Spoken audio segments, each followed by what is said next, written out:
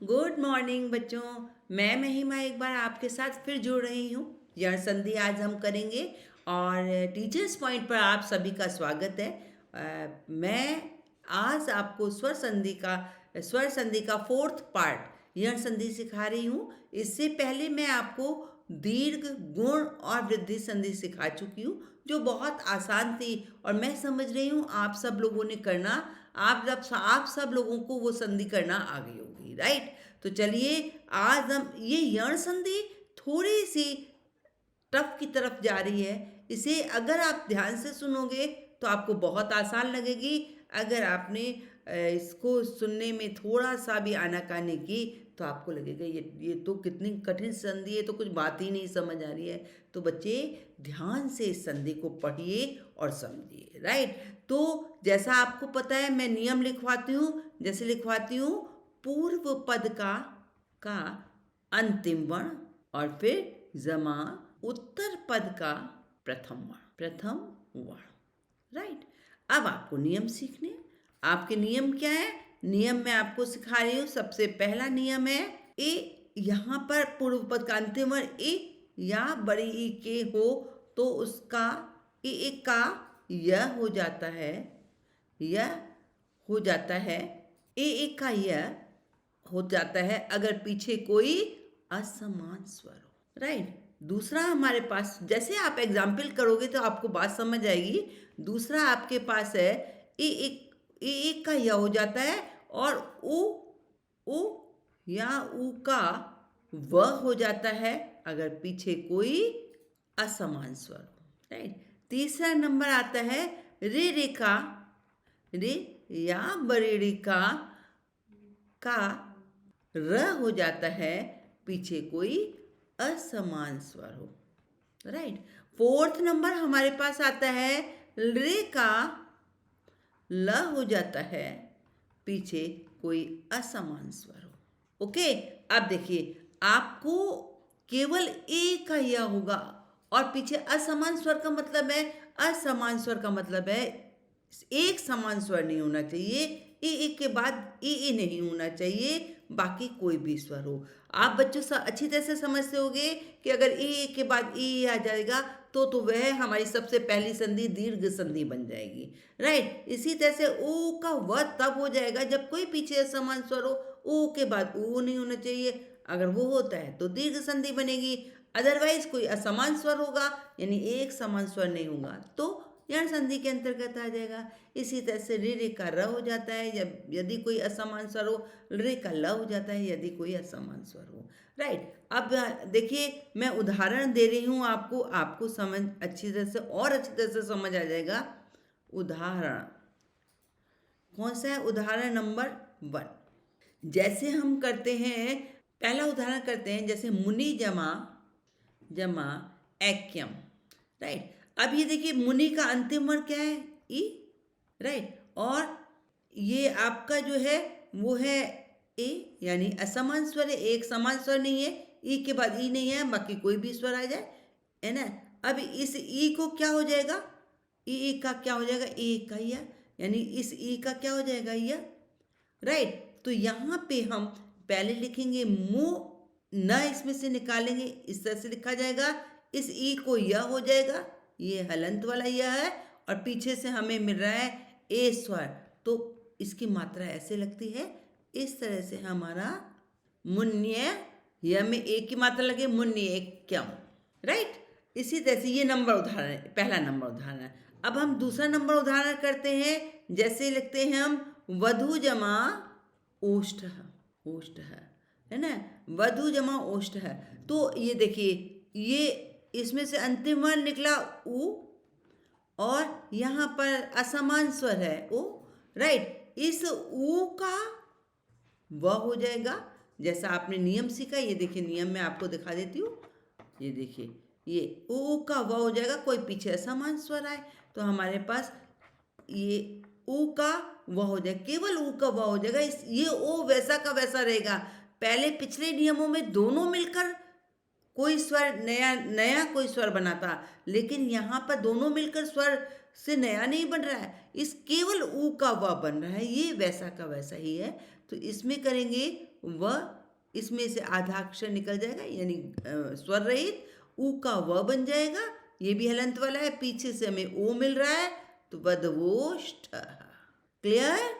आपको बात समझ आ रही है? और इसकी सबसे बड़ी निशानी, यण संधि की सबसे बड़ी निशानी यह है कि जब हम जो नियम लगाएंगे उससे पहले वाला अक्षर हमेशा स्वर रहित होगा, यहाँ आधा होगा। क्यों? क्योंकि इसकी मात्रा ही हम निकाल रहे हैं। जैसे धू के धू में से ऊ की मात्रा निकाली तो ध आधा ही बचेगा, मुनि में से नी में से एक ई निकाला तो न आधा ही बचेगा। तो हर शब्द के विग्रह में आपको स्वर रहित मिलेगा या आधा अक्षर मिलेगा, अगर हम घरेलू भाषा में बोले तो। राइट? आगे बात समझ में?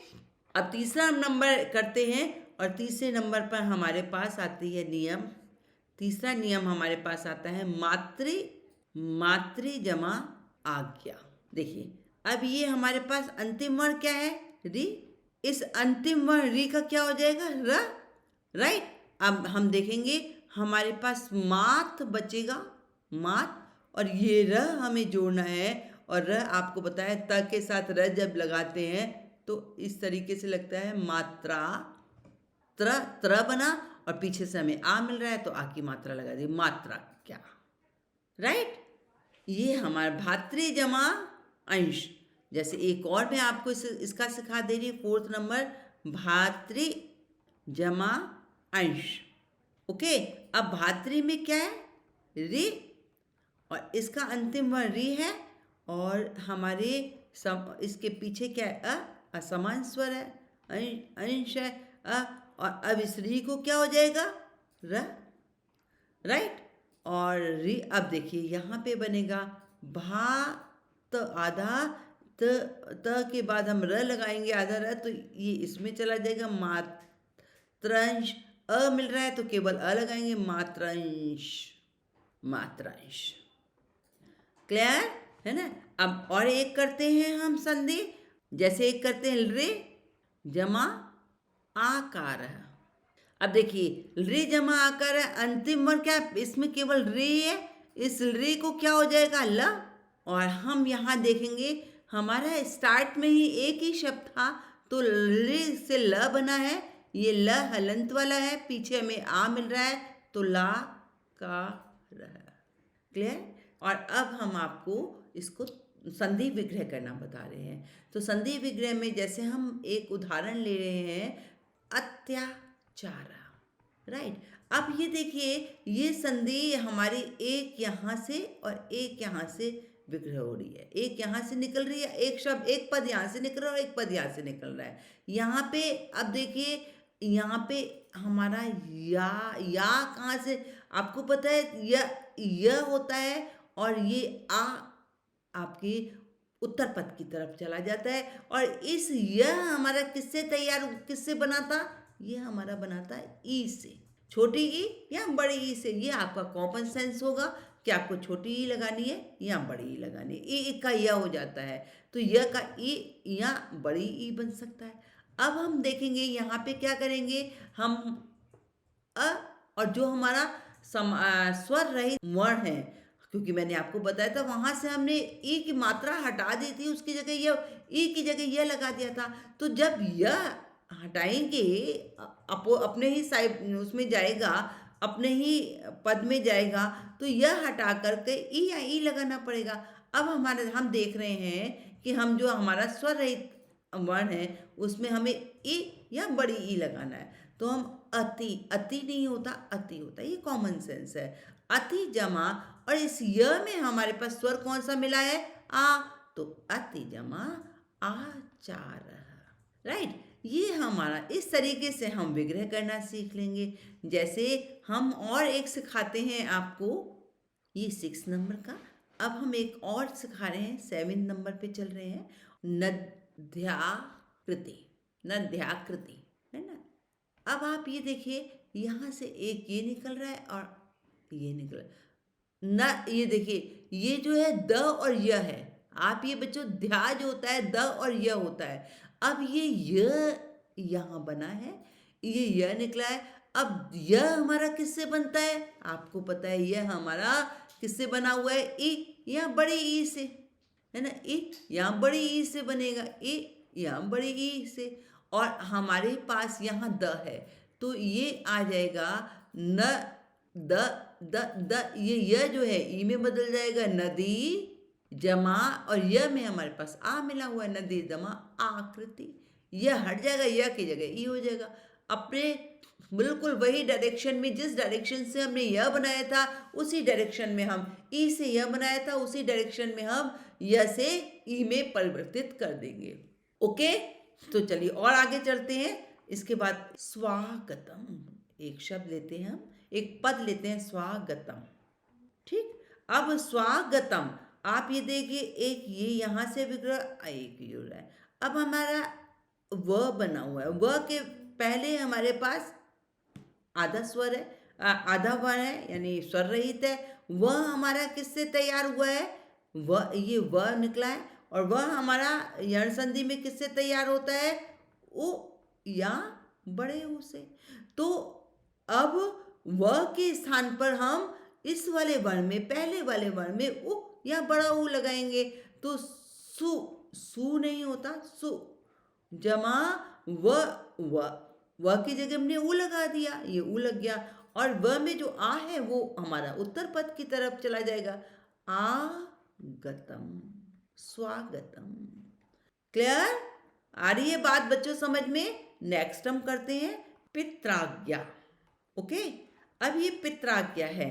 अब ये एक हमारे ये निकल रहा है, एक हमारे ये हमें पता चल रहा है कि ये र है, ये र, और हमारा ये र किससे रेडी हुआ है? र कहाँ से आया है हमारे पास? र हमारे पास आया है री से या बड़ी री से, ये कॉमन सेंस से लेंगे। और हमें अब हमारे पास ये त है, राइट, है ना, और ये पे ता आधा, और इसमें पित री लगा देंगे, ये री की मात्रा लगाते, पितरी, और हमारा र के स्थान पर जो र है वो अपने री के स्थान पर चला गया, री बन गया, और पीछे री में र में हमारा क्या मिला हुआ है? हमने र में हमने क्या मिला है? आ, तो आ हमारा उत्तर पद की तरफ चला जाएगा, आज्ञा, पित्राज्ञा।